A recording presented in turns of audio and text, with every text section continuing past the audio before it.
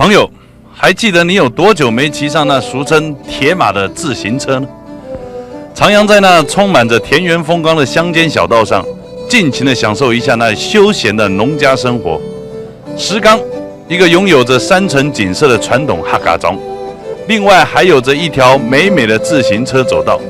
沿途可说都是景色秀丽的湖光山水。骑着斯朗茶，在此走上一回，静静地享受那大自然的洗礼，真可谓人生一大乐事。是不是很向往呢？随着走道往下走，映入眼帘的便是赫赫有名的石冈水坝。在经历过了921大地震之后，水坝也许风光不同以往，但同时我们也期待着水坝能在乡民的努力之下，而有了再一次重新出发的机会。石冈水坝目前都有在规划就是周边的一些景观，然后有做一个17、18道那个闸门现在1红道已经就是保留了。然后呢，预计明年6月的时候会开放给大家来参观。那届时大家就可以来参观看看，就是说我们石冈水坝，然后我们石冈乡经过了921地震之后，然后我们重新的，就是现在算是重建区，我们大家都走出来了。然后呢，我们是朝着观光的那种角度去走，然后就是我们这边的希望就是观光能够跟我们的产业能够结合，然后请大家来欣赏我们的好山好水，还有就是来带动我们的产业。房屋倒了可以再建，水坝坏了可以再造。这一群居住在石冈的乡民们，却依然选择默默地为水坝重建而努力着。这不是赈灾的画面，更不是什么了不起的义行，因为对他们而言，这里就是自己的家园，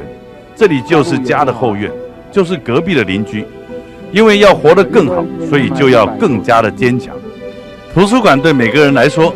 都知道它是用来寻找知识宝库的地方，但是对生活在石冈乡的乡民来说，它却有着不同于人的地方。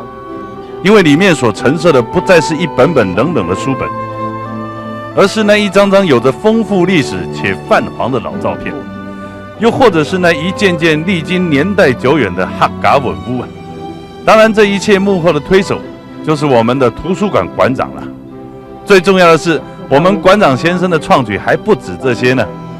像是图书馆的旁边，更有着不时就会飘来一阵浓郁咖啡香的露天雅座。在我们跟馆长聊天的同时，这才发现原来这也是馆长的惊人之举。不过各位可别小看这个地方哦，听说还有人为它慕名而来呢。其实这个最主要的观点是我们馆长他有这样子的构想，希望在这里让乡亲有一个优美的环境啊。然后因为我们这里是比较偏僻的乡下嘛，那资源上实在是差距非常的大。然后刚好我们家姐妹有这样子，我们家的孩子啊跟我有这样子的构想，还有很感激馆长给我们这样的机会，所以我们就很乐意的在这里当义工。那可能我也不是客家人，然后远从金门嫁到这里来，好像本来是非常孤单的生活啦。那我是经过了很多的变故之后，我选择走出来外面这样子。地方也许小了一点，但对于这里的居民来说，这却是他们生活里的一部分。没有华丽的外表，有的只是简单和朴素，多的却是那充满着道地人情味的咖啡香。就有时候啊，会认识很多从各地来的朋友，因为他们也会看到报道，然后知道有这样一个小地方。那他们来的时候，我们真的很高兴。然后会虽然说都不认识，可是大家聊就变成好朋友。因为这样子的一个地方很悠闲、很轻松，那没有任何功利的压力，所以大家很容易的就在这里认识很多那种感觉上很棒的朋友。3年前的9年太天通，对石冈乡来讲是一个通。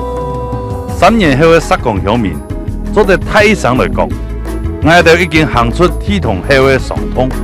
本來就期待蛻變後嘅石岡鄉再現風華。